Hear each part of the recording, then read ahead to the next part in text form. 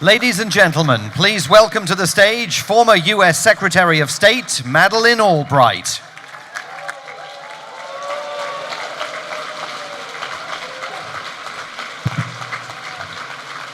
Thank you.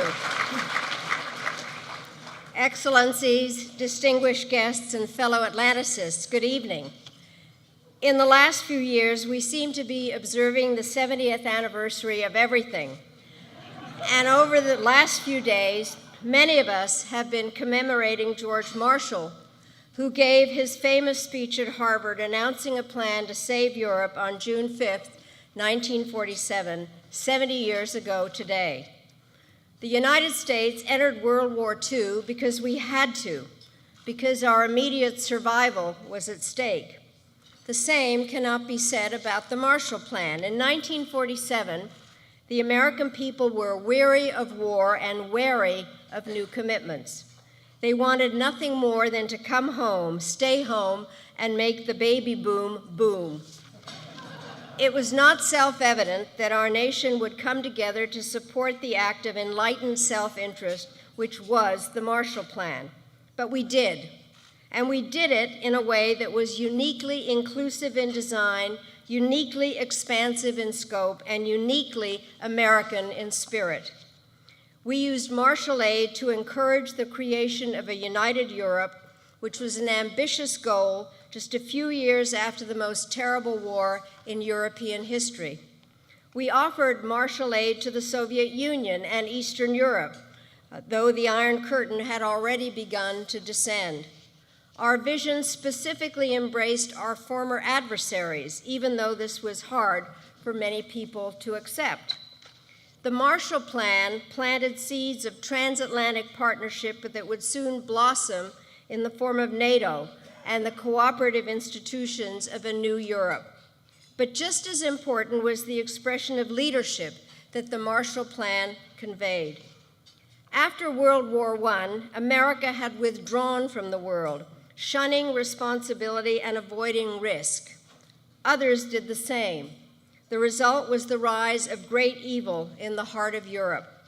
But after the devastation of World War II and the horror of the Holocaust, it was not enough to say that the enemy had been vanquished and that what we were against had failed.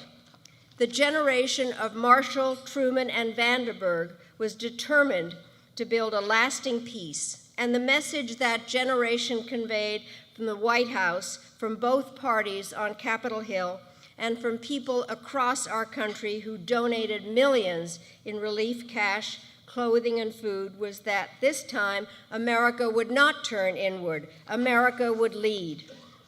In my own life, I have seen the difference that this kind of American leadership made.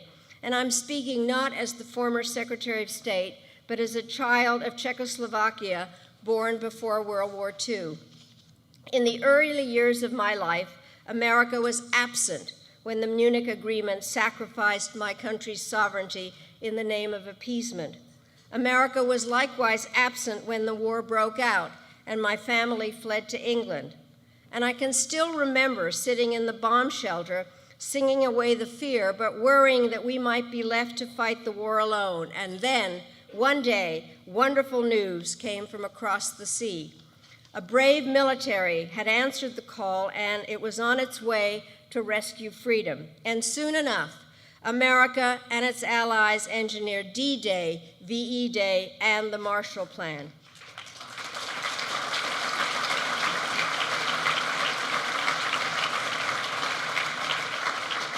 By then, we had returned to Czechoslovakia, and my father was working for the democratic government as a diplomat. But his boss, Foreign Minister Jan Masaryk, was told by Stalin in Moscow that his country cannot participate in the Marshall Plan, despite its national interest in doing so. Upon his return to Prague, Masaryk said it was at that moment he understood he was employed by a government no longer sovereign in its own land. It could only be a matter of months before the government was taken over by the communists. Masaryk was killed, and my family was once again forced into exile, this time sailing across the ocean to a new and welcoming home. I try to avoid seeing all of European history through the prism of Czechoslovakia, but it is true that after the 1948 coup, it did hasten the passage of the Marshall Plan in Congress and led to the creation of NATO. So these institutions have always been a part of the fabric of my life. Because of the vision of the Truman-Marshall generation, I was privileged to live my life in an era where America stood for freedom and opportunity across the world. It may be hard for people today who have no memory of that time 70 years ago to understand the difference that American leadership made, but it is necessary for them to try to understand, because today, here in America, we are facing a great danger, and that danger is not a foreign enemy. It is the possibility that we will fail to hear the example of Marshall, that we will take for granted the institutions and principles upon which our own freedom is based, and forget what the history of the past century reminds us. Problems abroad, if left unattended, will come home to America, and the United States is stronger when it has allies and friends that share our interests and our ideals. For nearly 70 years, one institution has stood above all others.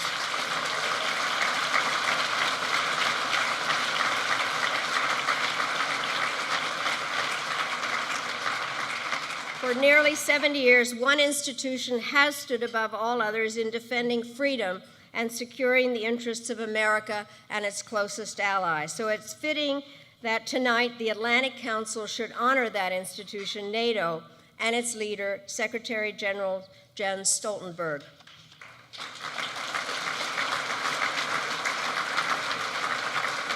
It is fitting that we do so on the day that NATO officially welcomed its 29th members, Montenegro. And Mr. Prime Minister, it's very good to see you up front this evening. And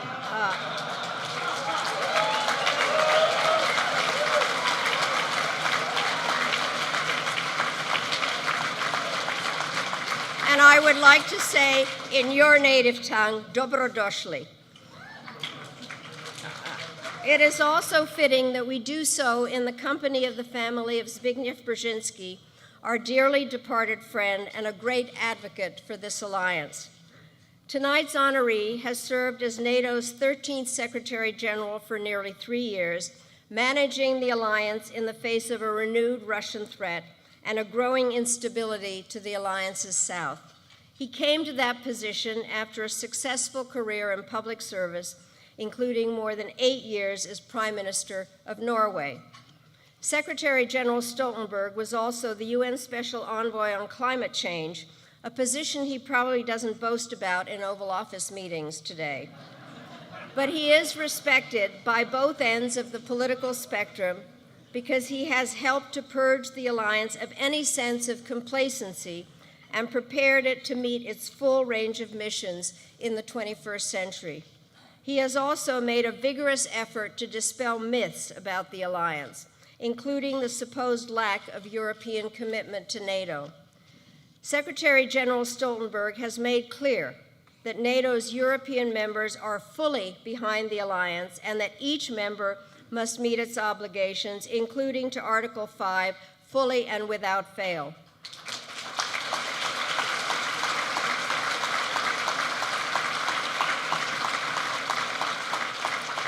And in case you have missed the significance of the pin I'm wearing tonight, it's Article 5, which is at the heart of the alliance, and I wear it over my heart.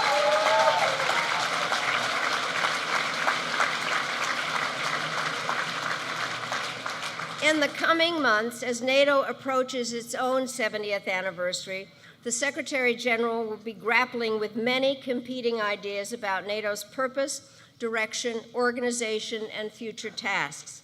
The stakes are high because NATO is not just the world's most successful military and political alliance. It is also the only organization of its kind.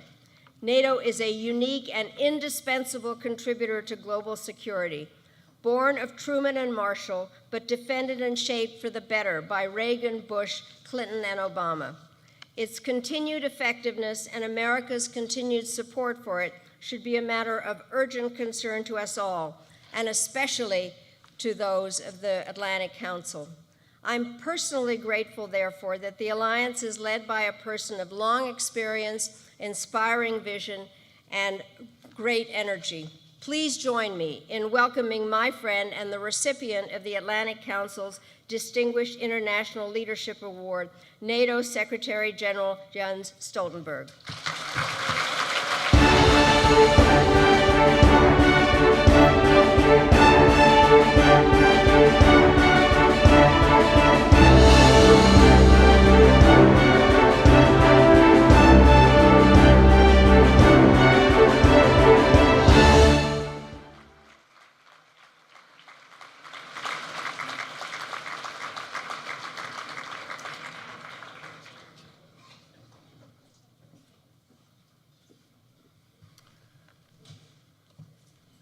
Thank you so much, Madeleine, for those nice words and for the kind introduction.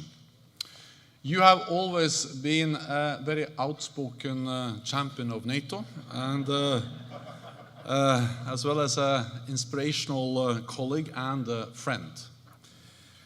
I would also like to start by thanking Fred and Damon and the entire Atlantic Council team.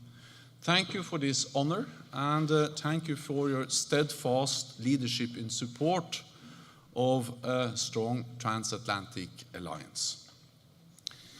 Let me also congratulate the other honorees, Her Royal Highness Aya bin Al Hussein, William Ford Jr., Renee Fleming, and also Admiral Michelle Howard, with whom I recently visited Allied troops in Kosovo, and who is doing a superb job as head of NATO's Joint Forces Command in Naples. This award means a great deal for me, because I am a truly Atlanticist in every sense of the word. Because for Norwegians, our identity, our history, is about the Atlantic Ocean.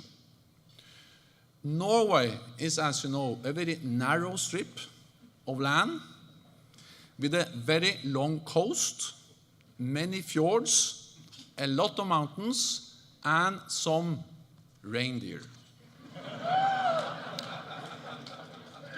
And as Vikings, we used to sail the Atlantic.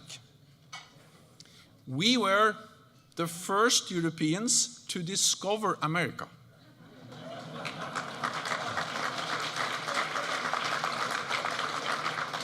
The only problem was that we left very soon and forgot to tell anyone about our discovery.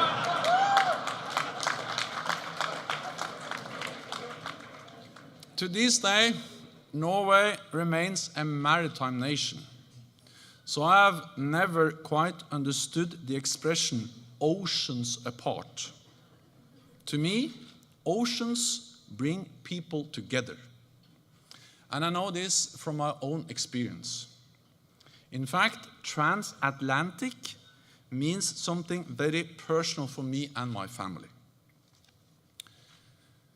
My father was born in Norway, but my mother was born on this side of the Atlantic, in Paterson, New Jersey.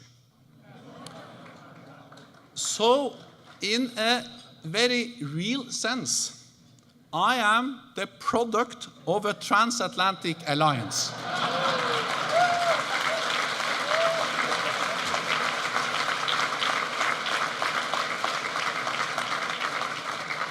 And I spent the first 2 years of my life in San Francisco. Then, I can't remember so much, but it was nice. Then, growing up in Norway during the Cold War, we slept soundly at night, knowing that NATO, the good guys, were there to protect us. As a young conscript in the Norwegian army, I was trained to hold out until our Atlantic allies would come to our aid. We knew we were not alone.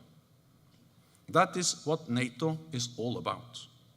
Our Article 5 commitment, one for all and all for one. And one more nation has just made that commitment. Earlier today, I was pleased to welcome Montenegro as the 29th member of our transatlantic family.